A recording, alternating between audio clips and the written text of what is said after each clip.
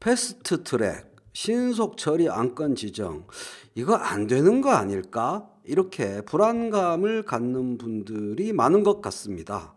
불안은 나눠보면 구체적으로 한 5가지 정도, 이렇게 5가지 정도를 갖고 계신 것 같은데, 일단 화면 위로 올라가서 정개특위, 사개특위 위원 구성을 한번 살펴보도록 하겠습니다. 그래서 우리가 어떤 상황에 있나 현 상황을 점검하고 아래 5가지 불안들을 하나씩 살펴보도록 하지요. 위로 갑시다. 위로 가보면 정개특위의 18명 의원 구성이 보입니다. 18명 중에 11명이 찬성해야 신속처리 안건으로 지정되는 거거든요. 일단 정개특위를 보면 위원장이 비교섭단체 심상정 의원이고 위원장이고, 민주당이 8명, 바미당이 2명, 비교섭이 2명, 한국당이 6명입니다. 푸른색 계열로 표시된 것은 찬성할 가능성이 높다라고 보여진다는 거고, 붉은색 계열은 한국당이니까 당연히 반대하겠죠. 그러면 이대로 안이하게 예측하면 8 더하기 2 더하기 2, 11명이 되어야 하는데 12명이잖아요. 아, 안심해도 되겠구나, 이렇게 생각할 수가 있는 거죠. 바미당을 어떻게 믿어? 김동철, 김성식 얘를 어떻게 믿어? 둘 중에 한 명만 찬성하면 되는 건데요.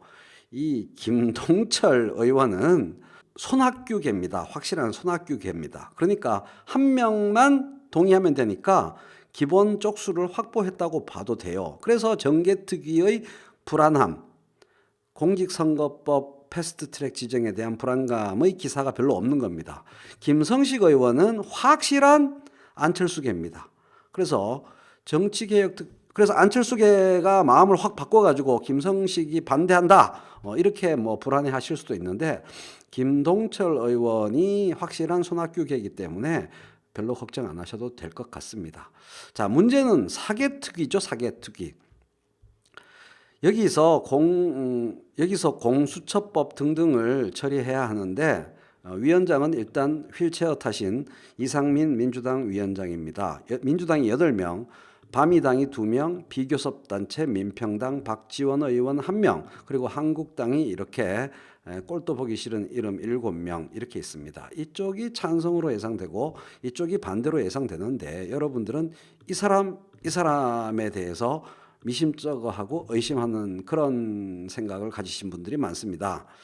자, 5개를 하나씩 볼까요? 1. 박지원이 배신하지 않을까? 2. 최이배가 혹시 배신? 임재훈이 배신한다는 이야기가 많이 나돌던데, 최이배 또는 임재훈이 다시 사개특위에서 물러나는 게 아닐까? 안철수, 유승민이 힘을 합쳐서 바미당을 완전히 뒤엎어버리면 어떻게 되지? 이런 걱정과 불안을 가지신 분들이 많은 것 같습니다. 하나씩 볼게요. 박지원이 배신하지 않을까?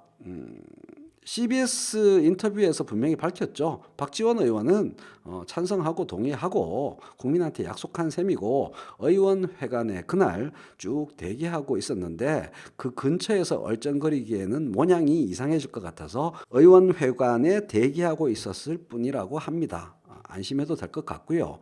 그날 밀어붙이면서 처리될 가능성이 별로 없었다라고 봤다는 거겠죠. 최이배가 배신하지 않을까? 감금 당했는데 배신을 합니까? 그리고 페이스북에서 2018년 12월 15일 바로 그 5당 합의를 들이밀며 나경원 원내대표에게 분노의 일가를 한 최이배 의원이 배신할 가능성은 적다고 봐야 되겠고요. 임재훈이 배신하지 않을까? 며칠 전 라이브에서도 임재훈 의원 계속 배신 가능성에 대해서 얘기하시는 분들이 있던데, 유승민하고 귓속말 나누는 걸 봤다, 대화하는 걸 봤다더라, 의심스럽다, 이런 말씀들을 하는 분들이 많은데, 임재훈 의원 별명이 뭔지 아시면은 깜짝 놀라실 겁니다. 임패스트입니다. 임패스트. 유치원 3법이 패스트 트랙에 올라섰는데 1등 공신이 임재훈 의원입니다. 그리고 임재훈 의원의 개문 발차론도 있습니다. 일단 패스트트랙에 올라타면 개문 발차하면 협상된다. 자한당이 테이블에 나오게 되어 있다. 국민이 원하는 법안으로 환골탈퇴할 것이다. 이렇게 말했습니다. 최입에 또는 임재훈이 재교체될까? 요거는 5번과 연결되어 있는 것이죠. 안철수계 유승민계가 힘을 합쳐서 현재의 손학규 지도부, 김관영 원내대표 지도부를 전복해서 새로운 원내대표를 세워가지고 최입의 임재훈을 다시 사보임시키거나 최입의 임재훈 의원에게 엄청난 압박을 가해서 반대하도록 만들지 않을까? 그냥 막연한 불안인데요. 일단은 법적으로 불가능하다는 것을 확인할 필요가 있습니다. 우리 국회법 많이 공부하셨잖아요, 이번 기회에. 우리 이번에 국회법 사보임 관련해서 임명 및 개선과 관련해서 국회의장의 허가와 관련해서 공부 많이 하셨잖아요. 교체된 지 얼마 됐다고 또 교체할 수 있습니까? 안 됩니다. 30일 내에는 교체할 수 없는 겁니다. 따라서 4번은 원천무효. 원천무효, 원천무효인 거죠. 걱정하실 필요가 없습니다. 안철수계 유승민계가 지도부를 전복해서 바미당을 완전히 뒤집어엎지 않을까. 그래봤자 기차 떠난 후에 버스 떠난 후에 손 흔드는 거고요. 사개특위의 결정과는 상관이 없는 바미당 일입니다. 한마디로 불가능합니다. 4번, 5번이 가능할 것 같으면, 특히 5번이 가능할 것 같으면 애초에 의원총회에서 바미당에서 12대 11로 추인이 되지가 않았을 겁니다. 그런 당내 역관계라면 원내대표 임기가 6월 24일인가에 끝나는 상황이고, 그럼 뭐하러 지금 교체합니까? 현 지도부의 완전 항복 또는 쿠데타가 일어나야 되는데 둘 다 가능성은 극히 희박합니다. 그럼 왜 이렇게 바미당 내부 상태가 심각한 걸로 보이느냐? 심각하다고 뉴스가 자꾸 나와서 그런데요.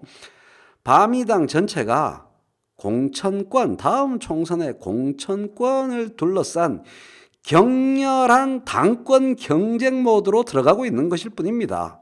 그런데 그걸 당권 경쟁 모드라고 스스로 말할 수 없으니까 그 형식과 계기를, 명분을 패스트트랙 찬반으로 잡은 것일 뿐입니다. 그래서 패스트트랙이 이렇게 파행으로 넘어가게 된 데에는 현 지도부의 책임이 있다. 우리가 당권을 잡겠다. 그래서 공천권을 잡겠다. 이런 거예요. 쉽게 말하면 패스트트랙에 반대해서 바미당에서 지금 방방 뜨고 있는 세력은 진짜로 패스트트랙에 목숨을 걸고 반대하는 게 아니고 당권 장악, 공천권 장악에 목숨을 걸고 있는 겁니다. 결국 기껏해야 조기 전당대회 소집 요구 정도로 가지 않을까 싶습니다. 이제 전체적인 상황이 이해되셨을 것 같습니다. 앞으로 한두 번의 우여곡절과 호흡 고르기는 있겠지만 그걸 거치면서 4가지 개혁 법안들이 패스트트랙에 올라탈 겁니다. 신속 처리 안건으로 지정될 거예요. 여기까지 와가지고 되돌아가는 것은 불가능하다는 게 굉장히 중요합니다. 그 불가능한 상황을 만들어버린 것은 역설적이게도 자유한국당입니다. 여야 사당은 되돌아갈 수가 없게 되었어요. 자유한국당의 목리짓 때문에, 깡패짓 때문에. 자유한국당의 무정부주의적 적군파 막가파 행동 때문에 민주당, 민평당, 정의당, 바미당 지도부는 이제 되돌아가고 싶어도 되돌아갈 수가 없는 상황이 된 겁니다. 그러므로 지금 여러 언론에서 안 될 것 같은 분위기를 전하느라 애를 쓰고 계시는데 사실은 될 수밖에 없는 정치 상황이라 생각하는 게 맞을 것 같습니다. 그리고 민주당은 지금 국회법 제165조, 166조 국회회의 방해죄 요거를 통한 공격의 패를 쥐고 있습니다. 이 패를 압박카드로 적절히 활용하면서 바미당에서 사개특위의 안건 처리에 슬그머니 합류하는 모양, 그런 모양을 확보할 수 있도록 바미당에게 조건과 시간 여유를 주는 그런 모양새가 될 것으로 보입니다. 조금만 더 참고 보면 될 것 같습니다. 이런 식으로 아주 책임질 수 있게 분명하게 예측하면 나중에 삑사리가 나면 모냥 빠지는데, 어쨌든 만약에 제가 예상한 모든 경로를 우습게 만들면서 정말 희한한 기상천외의 되돌아가기 상황이 펼쳐지면 안 되는데요. 제 머리로는 그런 상황이 가정이 안 됩니다. 역풍이 너무 거셉니다. 불가능해요. 여기까지 와서 돌아갈 수가 없습니다. 아무리 생각해도. 5개의 불안 요소들을 구체적으로 하나하나 점검해 보았지만 어디에서도 실질적으로 패스트 트랙을 막을 수 있는 공식적인 방법이 보이지 않습니다. 제 생각은 이상과 같습니다. 고맙습니다.